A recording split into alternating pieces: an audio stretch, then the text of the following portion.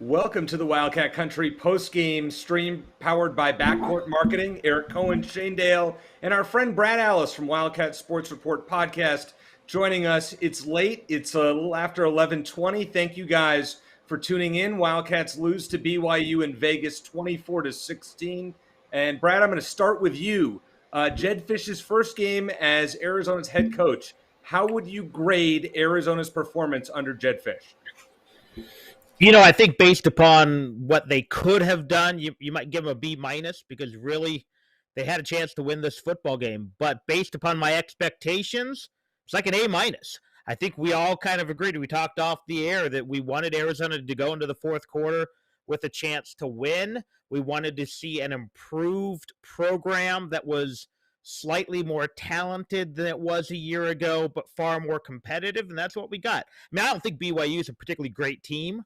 I think they're probably, like a 7-win team, but Arizona was in that game, and really you take out a few mistakes, and they have a chance to win the football game. They even had a chance to really win the football game regardless, but there's a lot of positives to take from it, which is what I wanted to see. So do I think Arizona's winning a lot of football games this year? No. Do I think we're going to see a lot of games like this one? Yeah, and that sure beats what we saw last year when Arizona was in 1.5 games, 2 games maybe out of the 5. Yeah, I mean, I'll tell you right now, I am as optimistic as I've been watching Arizona's football program in almost 2 years. Shane, you and I there was a lot of tweeting going on, of course, between the three of us, with just our thoughts on the game. Your thoughts on Gunnar Cruz's performance as the primary quarterback for Arizona. How would you grade his performance and what you saw? Aside from a couple of risky throws early in the game and that one really, really bad decision he made in the fourth quarter, I was impressed. I thought he was smart. I thought he settled in after the first couple of possessions. Remember, Gunnar Cruz has not played much college football, okay? He took what BYU's defense gave him for the most part. Short throws, let his receivers and backs who are capable of turning short gains into medium or long gains, let them make plays. He even ran the ball when he had to. He ran out of trouble. He held the ball too long a couple times. I think some of that was, the offensive line. Some of that was his decision making. He needs to get rid of the ball, but I still rather him take a sack than throw a dangerous pass. My biggest concern long term for this team is the offensive line, because as soon as Gunnar started to get dialed in and started making throws, BYU said, okay, it's time to bring pressure. And Arizona could not pick it up for the most part. They had all kinds of trouble. They got into our guy Anthony Gimino made this point. Arizona got into BYU territory on 7 straight possessions going back to, I think, the second quarter. They scored a total of 13 points on those possessions. I think it was ended up being 8 possessions, 16 points. Still not great. I think finishing drives can be, that's all correctable. But again, I think the issue is, beyond the kicking game, beyond Lucas Haversick just, being a slot machine, he's as accurate from 50 yards as he is from 30. The offensive line and its inability to pick up the blitz concerns me. I do like the fact that Arizona can set up those quick pass plays, the little screen plays. You have running backs who can catch the ball. That really hasn't been utilized a lot in recent years. Michael Wiley and Drake Anderson both had several catches. Drake Anderson, I love. He's like a small guy who plays like a much bigger guy. Michael Wiley made some plays. Did okay in the run game, but when they got the ball in space with those short throws, they look good. A ton of playmakers Arizona does. They just have to have enough time. Gunnar Cruz or whoever is to start next week, and I hope it's Gunnar Cruz, it has to have enough time to get him the ball. But you're going to have those. I think all season you're going to see a lot of those quick pass plays because Arizona is just their pass protection. Of all the things that can be corrected, I'm least optimistic that's something that can be corrected between now and the middle of the season. Well, Gunnar Cruz, 35 of 46, 336 yards, 1 touchdown, and as Shane referenced, that awful interception in the fourth quarter, but pretty darn impressive. Good completion percentage, high percentage passes. Stanley Berryhill, 12 catches, 102 yards. Brad, give us a few players that stood out to you in a positive way outside of, for the most part, Gunnar Cruz, with the exception of that throw in the fourth quarter. Give us a couple guys that impressed you and to keep an eye on going forward. I really liked what we saw from Berryhill. I mean, Berryhill's a guy who has just overachieved his whole career. I would argue that as a junior at Mountain View, he was the third best receiver on his team. And that's no disrespect to Berryhill. He had among Isaiah Lovett, Lamont Lovett's kid, who was actually on the Wildcats for a while, and a kid who ended up, if he was 6'1", named Sam Ross, I believe it is, who ended up playing at a 1AA school. I liked really what I saw from the two backs. I agree with Shane, especially coming out of the backfield. And on the defensive side of the ball, I like the front seven. They got to get better at that in contain. And I don't know if they're going to have to utilize a safety there, if they're going to have to utilize something different with the defensive end, because they did give up a few too many runs around the end. But if you look at it, they didn't get really bullied up the middle a whole lot. They were able to put enough pressure on Hall where he had to move out of the pocket, have some happy feet. They really didn't get to him except for the one play, and didn't really hit him enough, although ironically enough, I think one of them was a score. But I think they did enough that shows me more than anything we've seen from a front seven of Arizona, maybe since the Stoops era. And the defensive line, again, there's no stars there with maybe the exception of Jalen Harris, but there's like 7 or 8 guys who can play football up there. Pandy was all over the field. That being said, the DBs, especially those safeties, I think are a big concern. But front seven look good. I mean, you gave up 24 points. Is this a juggernaut offense? No. You take away one blown coverage, and you probably only gave up 17 points. You do that more often than not, you're going to win some football games. So I'm encouraged by all that. But again, I agree with Shane, too. That offensive line, we knew it was going to be an issue. It's going to be an issue all year. But realistically, the fact they were able to move the football as consistently as they did shows me they were able to kind of overcome some of those problems with the line as well. Well, I predicted, Brad, a 27-20 final from Arizona losing to BYU. 24-16, not too bad. I said low-scoring game. Shane, I actually was I said, I want it to be a one-score game going into the fourth quarter. We all tweeted about that. So I got my wish. What do the fans think? I know you're monitoring our social media comments. Throw in a few if you don't mind. Sure. Well, let me just add before we get to those, and we do have some comments I'll definitely get to, but I can't remember the last time where I was this excited to watch Arizona football next week. I'm always going to watch the game. I'm always looking forward to seeing it, but I want to see how this team builds on this. They had a chance to tie the game in the fourth quarter against a decent BYU team. BYU is not what they were last year. There's a reason why they're not ranked, and I think that one of the reasons Arizona was in the game is because some of the self-inflicted errors that BYU made. But I am excited to see what Arizona does next week in Jed Fish's first home game against San Diego State, in a game that I think at this point certainly looks winnable. I haven't seen San Diego State's game. Obviously, I'll have to go back and check that out. But I will tell you, Shane, it was San Diego State was losing to a bad New Mexico State team 10-0 at halftime. Scored 28 in the second half, won 28-10. But they are vulnerable. I'll say that. Okay. Yeah, let me read some comments here. I'm on our YouTube page at All AZ Sports is the YouTube page if you want to join us there from wherever you're watching us. We appreciate it. Adam Scott says, good to see you, Brad. We appreciate you joining us as well, Brad. David H says, really optimistic about Wiley and Anderson. I think we are too. I'd love to see our guy Stevie Rocker get some touches next week, but those guys can both make plays. They can both catch the ball. I think I forget which one of them made a really good catch, like on a pass that was thrown a little bit low.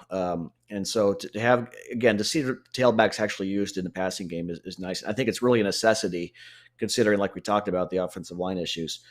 David H also says, I can't remember more than 1 or 2 times that BYU threw anywhere near Christian Roland Wallace tonight. And he made some great plays as well. There were some great pass breakups we saw. I thought the cornerbacks overall did a pretty decent job. So that's what we're seeing so far. Gorilla Tech on YouTube says no push from the O-line. That's true. You lose the battle in the trenches. It's tough. It's tough to win football games. But that's what we got so far. Again, some great individual plays and individual players. Jake Young, who just went from walk-on to scholarship player, had a great TFL in the first quarter. Keon Barr's got a sack in the fourth quarter. That brings Arizona up to 50% of its total from last season.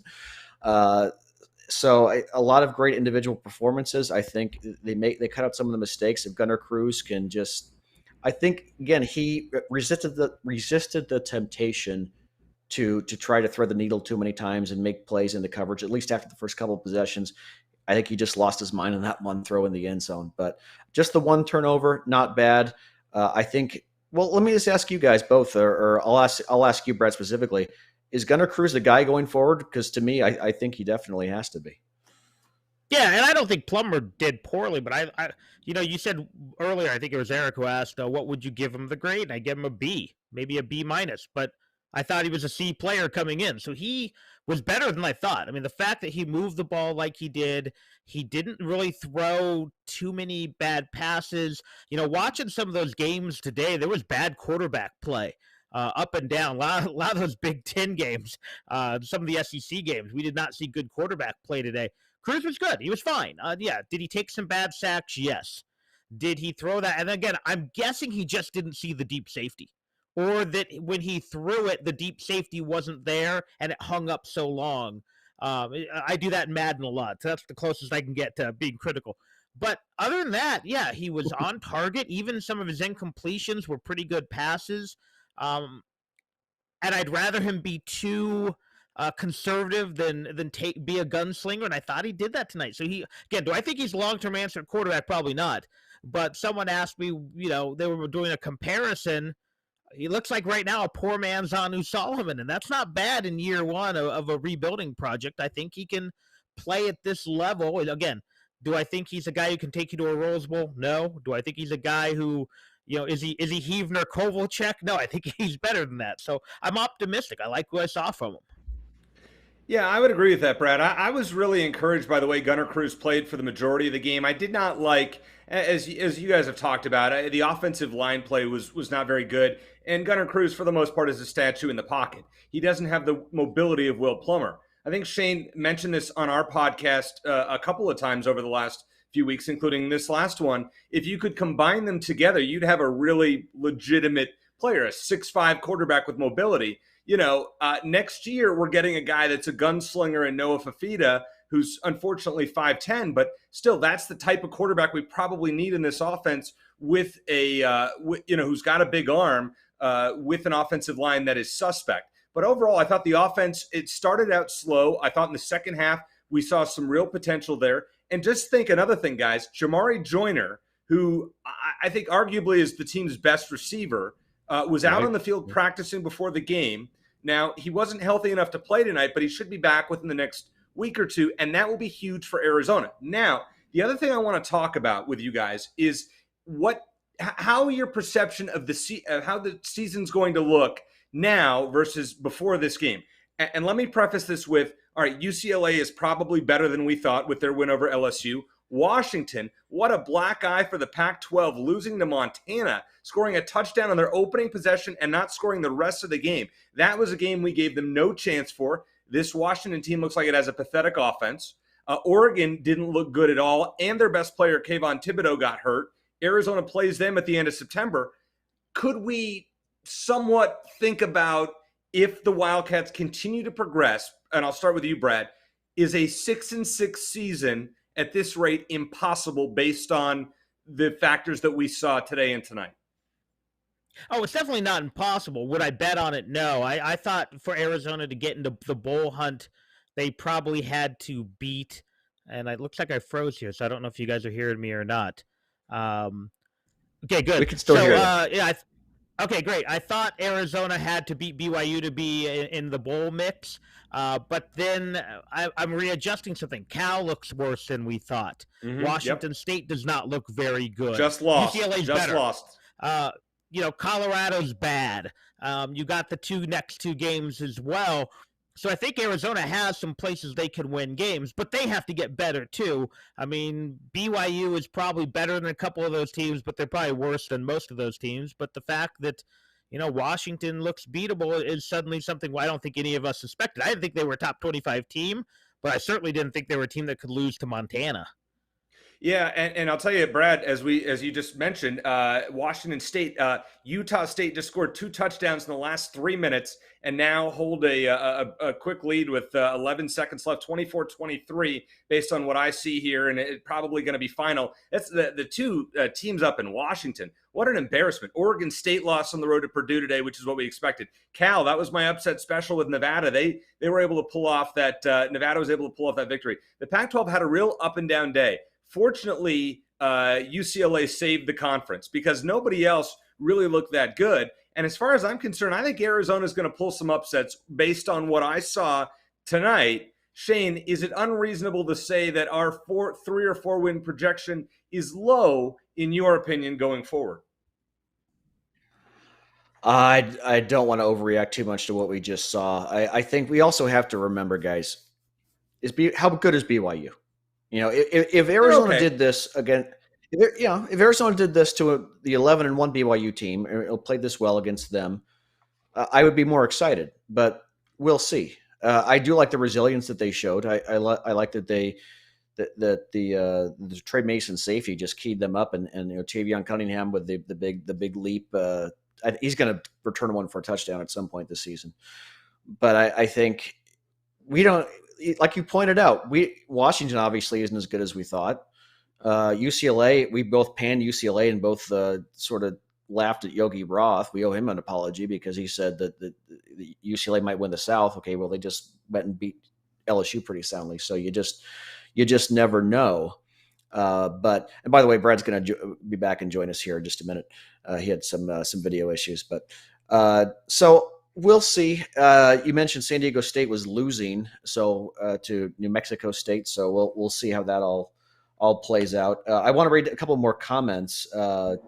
This one's from Twitter. Papa Mik says Cruz needs more time to read Cruz needs more time to read defenses so he can burn them when they blitz. Yeah, I just don't know if that's going to be an option at some point this season, or at any point this season.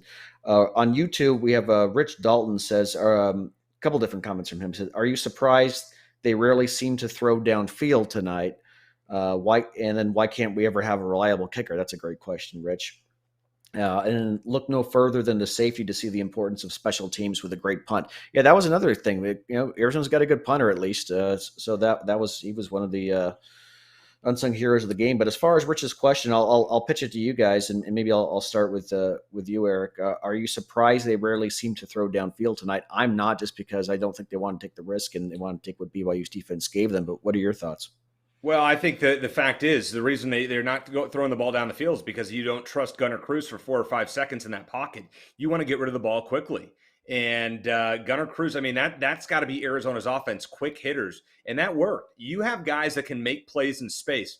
I got a text from a BYU friend of mine at the game. And, of course, he's giving me crap about, losing. He just said, have some good talent with those little backs making everyone miss. And that's something that we didn't necessarily know what we were getting from Drake Anderson and Michael Wiley, because we didn't see a ton of Michael Wiley last year. Gary Brightwell was the main guy. I mean, these guys, Michael Wiley out of the backfield, what did he catch? I think he had 60 yards receiving. He had, 6 catches, 66. Drake Anderson, 6 catches for 28. So that's 12 catches for 94 yards from your 2 main running backs. That is really encouraging going forward, that Arizona has those scat backs that can make plays. I just think, Brad, you can't try to go for the deep shot just because this offensive line, it's hard to trust them right now. Yeah, and let's not also forget that BYU plays a lot of zone, a lot of 2 deep safeties, and Arizona doesn't really have a deep threat. Tavion Cunningham is fast, but he's small, and the big receivers aren't real fast. I mean, that's really my big criticism of Arizona's receiving core, is they just don't have a number 1 receiver. You don't have a Jerron Kreiner. You don't have a Dennis Northcutt. You don't have a Bobby Wade. I mean, those guys were smaller and faster, but they were NFL caliber receivers. You don't have that. You have a bunch of 2s and 3s. Good news is I think you got 4 or 5 of those guys, but you really, without a bigger, faster receiver, it's going to be hard to stretch the field. Then you throw in the offensive line woes. And, yeah, it's going to be tough for Arizona to go deep a lot this year. But, there's other things you can do. What I really want to see them do is get Tavion Cunningham in space, whether that's, and I know this is a bad word for a lot of Wildcat fans, bubble screen. Now, they tried the slant, but at the wrong time. maybe jet sweep. I also want to see them when teams are in that too deep safety, try to go up the middle with the tight end a little bit more. We saw it with that one play to Lines, but other than that, we really didn't see it. I think that's something they're going to add to it. Again, a lot of that is also the time Cruz had to throw. He was oftentimes having to roll out, and it's hard to hit that that safety, or excuse me, the tight end in the seam. But those are all things I want to see them incorporate. And if you can start getting that, then maybe that opens up the deep shot from time to time. Yeah, and I absolutely, and I think you're going to see that progress as the season goes along. But I think as you guys have talked about, Gunnar Cruz has established himself as the main guy. I think the 2-quarterback system is out the window for now. Will Plummer will hang around, and I'm sure he'll get some time. But Gunnar Cruz is the main guy. The one thing we have not talked about, guys, and it happened so early in the game twice.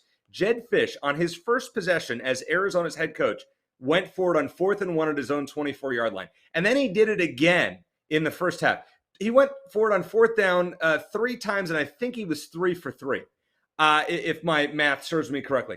I mean, this guy has some balls, and that's what we haven't seen. I can go back to Mike Stoops, and there was a game, look at the ASU game in 2010, where Arizona had missed 2 extra points. You might as well go for 2 in double overtime to try to win the game. Didn't have the stones to do it. Rich Rod against Washington when they were terrible. I think it was 2016. You played for overtime instead of going for the win. You know what? Jedd Fisch isn't going to do that. Jedd Fisch is going to show some stones, and that's what we want to see. And Shane, it's refreshing to see a coach not be afraid to take chances with a roster that's probably not where it needs to be. Just call him Jed Kingsbury, right? Here's the thing, though, Eric. When it works, it's gutsy, it's ballsy. When it doesn't, it's downright stupid. Could you imagine if on that first possession, Arizona doesn't pick up the first down, and then BYU goes down and scores, and then we're all, all those good feelings about Jedd Fisch are all of a sudden just like, kind of, on hanging by a thread of that. So I don't mind the decision, and I think I'm kind of of the philosophy that if you can't get a couple inches of push from, especially with your 6'5" quarterback, then you probably don't deserve to win the game in the first place. But you asked the question, Eric, should we change our projections for this team based on what we saw? And for me, it's no, not because I'm being a pain in the butt pessimist like I'm prone to be, but because that offensive line just concerns me. Football is still, despite all the changes and all the advancements over years and decades and all the different trickery that goes into it, it's still a simple game. You win the battle in the trenches, you win the turnover battle, you're going to win 99.9% of the time. And if Arizona, I don't see them winning a lot of battles in the trenches this season, at least not when they have the ball. And I don't necessarily see it on the other side of the ball either. So I think they could definitely still pull an upset or two. But I guess I think I predicted 3, maybe 4 wins. I don't see nothing that I saw in this game has me second guessing that at this point. If they go out and not only beat San Diego State, but run roughshod over them, then maybe I change my mind a little bit. And at this point, I guess I'm feeling a little more optimistic about the San Diego State game than I was. I'll have to go back and actually see, what San Diego State did. I know that they were not looking good earlier, but it's just, of all the things to be corrected, drop passes. There's only one drop pass, I think, and that was by Booby Curry tonight. And some of the, a missed assignment here or there. Those are all kinks that can be worked out over the season. But if you just have guys, they're just outmatched on the line, I don't know if there's a scheme that can cover that up, at least not for 60 minutes. So that's why I am not going to change my prediction of 3, maybe 4 wins, but I am optimistic that they have a better chance against San Diego State next week. And now I am optimistic that this is a team that can improve from beginning to the end of the season and maybe pull off an upset win or 2. Jedd Fisch on Gunnar Cruz's performance tonight versus BYU, quote, "You want to talk about a kid who battled? He battled his tail off. I feel really, really good about how Gunnar played tonight." Just in looking at the sentiment on social media, and I think we all have, at least I'm feeling, and everybody seems to be feeling like, all right, hey, we lost. But this is, if there's a such thing as a good loss, Brad, I feel like tonight was a good loss.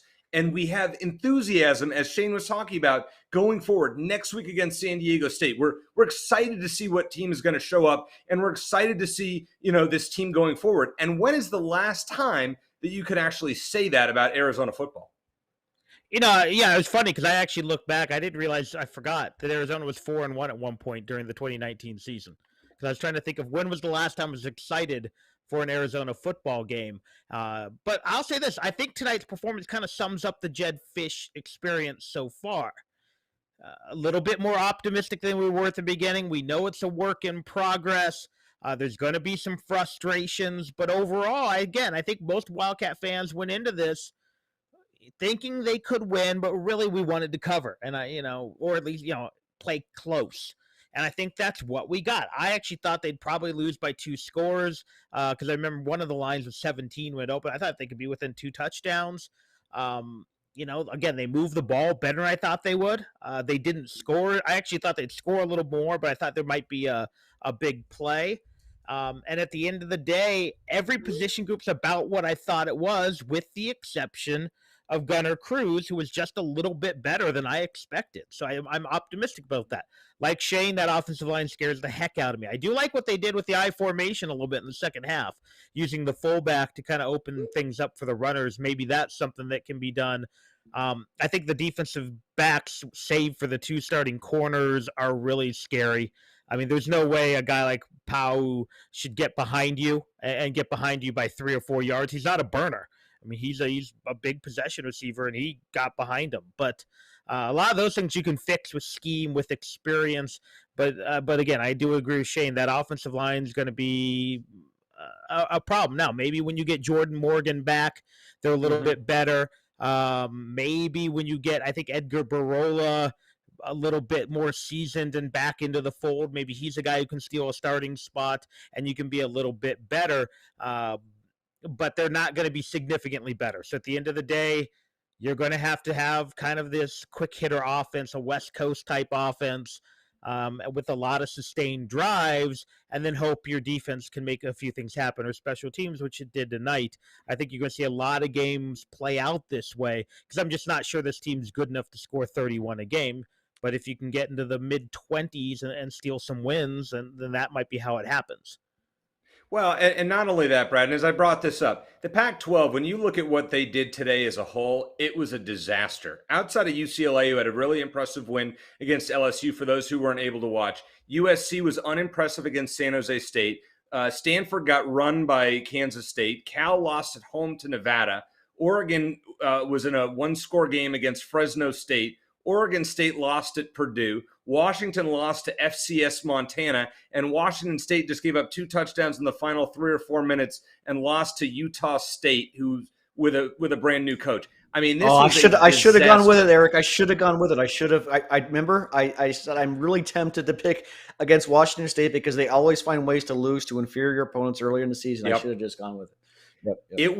It was a disaster for the Pac-12, and so based on what we saw from Arizona, when you look at the landscape, Shane, you got to feel like, hey, you know what, Arizona, considering what the rest of the conference looks like, we might have better chance. It's not like ASU as a 45-point favorite the other day. They only scored 41. I mean, you can is what it is against Southern Utah, but nobody in the Pac-12 outside of UCLA looks like a world beater. Any other comments from people who are listening to us?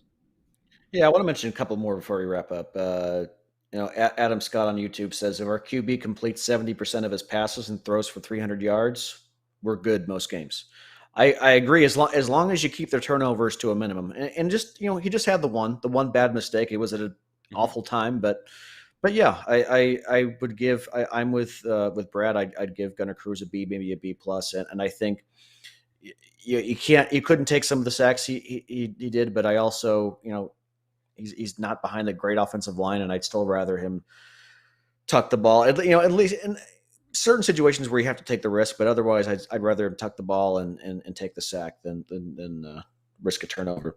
I'll read one more from YouTube. Jesus or Jesus, I'm sorry, I'm not sure which it is, but he says, I think Plummer should play next game, see what he can do. Maybe he can take the offense to score more than 16 points the whole game. I think that's a little unfair, especially when you consider that the points that were left off the board with Haversick's miss. But I'll let you guys take that one. I'll let you take it, Eric. All right. Well, I wanna go because it's almost midnight here, so I want to get final thoughts. First of all, Brad, I know you did with Wildcat Sports Report. You guys did a podcast before the game. How can people find your podcasts? Because I know you'll be having plenty of them before the San Diego State game next Saturday. Yeah, you can find me on any of the platforms. I am on Spotify. It's under the Wildcat Sports Report podcast. I think technically it's the Wildcat Sports Report Wildcast. Yeah, I had the name first, but someone usurped it.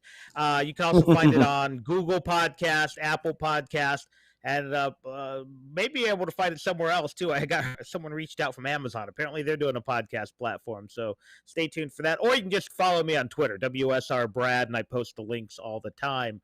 So you can find it at all those places.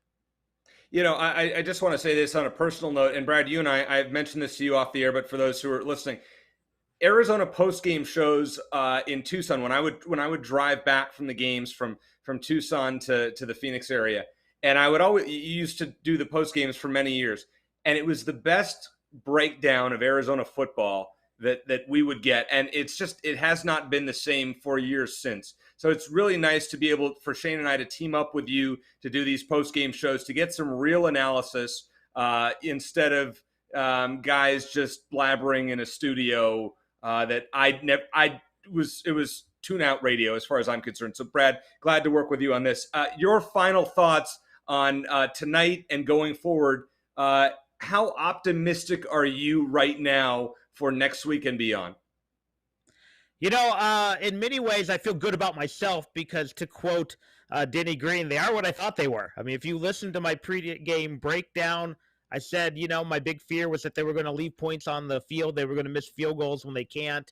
But really, to almost every position, they're what I thought they were. They're okay at quarterback. They're okay at receiver. They have talented running backs, but they don't have the line to spring them. The front seven's better than it's been in a long time. The defensive backs are a little shaky. I think that equates to about a 3 or 4 win team, as you guys do. But my great fear was they were going to get the doors blown off them tonight. It was going to look like the first half of the Fiesta Bowl when Boise State did it to them, except no comeback, and it didn't. They made BYU, and again, I don't think this is a great BYU team. I don't think Hall's a very good quarterback, to be honest. I think he's okay. But they gave up 5 yards a carry, but it wasn't where you couldn't get off the field. There was like 1 or 2 possessions where they did that. Other than that, they made BYU work for their points. There was a breakdown in coverage. So I think they look – my theory that maybe they were more talented and undercoached last year seems to maybe be coming through. Again, are they top half of the conference talent? No. But they may not be 13 loss in a row talent either. So I think we're going to have some fun games this year. And again, I'm going to equate it to Stoops' first year where they were instantly competitive over the year before. And, in many ways, this might come back and this might remind us of Wisconsin or Washington State, just one that kind of got away. At least it wasn't a missed field goal in a hurricane or a fumble on a play where you maybe should have taken a knee. Well, Brad, I will tell you, I was in the press box for camp radio for the Hurricane game and called that one. And then the next day I was sitting in the first row of the student section. It was empty, basically. And I saw the Gilbert Harris football go right up in front of my eyes, directly in front of me, when all they had to do was take a knee. So, yes, I hope we have better fate than the first-year Mike Stoops teams did. Shane, last thing with you, your thoughts after what you saw tonight. How excited are you going forward? And is Jed Fish the real deal, as we thought he would be? I think this coaching staff is doing the best it can with what it has. It needs players. They don't. I mean, no disrespect to the guys who were there. That they did a great job collectively, and there's some great individual plays like we talked about. But you can't. It's tough to win, a Power 5 conference with a bunch of 3-star guys and 2-star guys and walk-ons, and they still were in this game, and they still might find a way to win a few games. But I'm excited that this coaching staff once they get some new guys starting next season. And I know we still got 11 games to go this season. I'm just saying that I saw enough against BYU to be optimistic that this team is better coached than the previous team was and the previous staff, and even the one before that. So I liked overall what the defense did, and especially in the second half, getting a little more pressure on the quarterback. The safety was fantastic. I think the team collectively looked better from at the end of the game than they did the beginning of the game, and I hope that's something we're going to see throughout the season. The team that steadily improves from game to game. But we just remember these coaches what they have to work with, and you can't turn 3-star guys. You can coach guys up, but you can't turn them into first-round picks necessarily. So again, I'm more optimistic about Arizona football's future now than I was a few hours ago. I'm as excited to watch an Arizona football game next week as I have been pre-pandemic, well before that, really. Well before since you and I went to that UCLA game, their last home win a couple of years ago. Maybe they'll get their next home win next week. I'm more optimistic about that. But I agree with Brad also. I wish I had more to disagree with you guys on, and we have get some banter here, but I agree with they're pretty much largely what I expected. They're unpolished, that they have work to do, but there is some talent there. There are some opportunities there, and there is the potential for maybe 4 wins, maybe even an upset win here or there. So I'm anxious to see how they do against the Aztecs next week. Well, there will be plenty of podcasts this week, Wildcat Country and Wildcat Sports Report, with more breakdown of what we saw versus BYU, the Cougars 24-16 win over our Wildcats tonight. Want to thank our friends at All AZ Sports and our buddy Chris Schubert for staying up and putting this live stream together. Want to thank Backcourt Marketing, our friend Megan with Backcourt Marketing. If you know a business that's not doing social media right, refer them to Backcourt Marketing and get rewarded. Check them out at backcourtmarketing.com. For Brad Allis from Wildcat Sports Report, Shane Dale, I'm Eric Cohen. Pretty proud of our Wildcats tonight, even in the losing effort. As always, bear down, and we'll talk to you this week.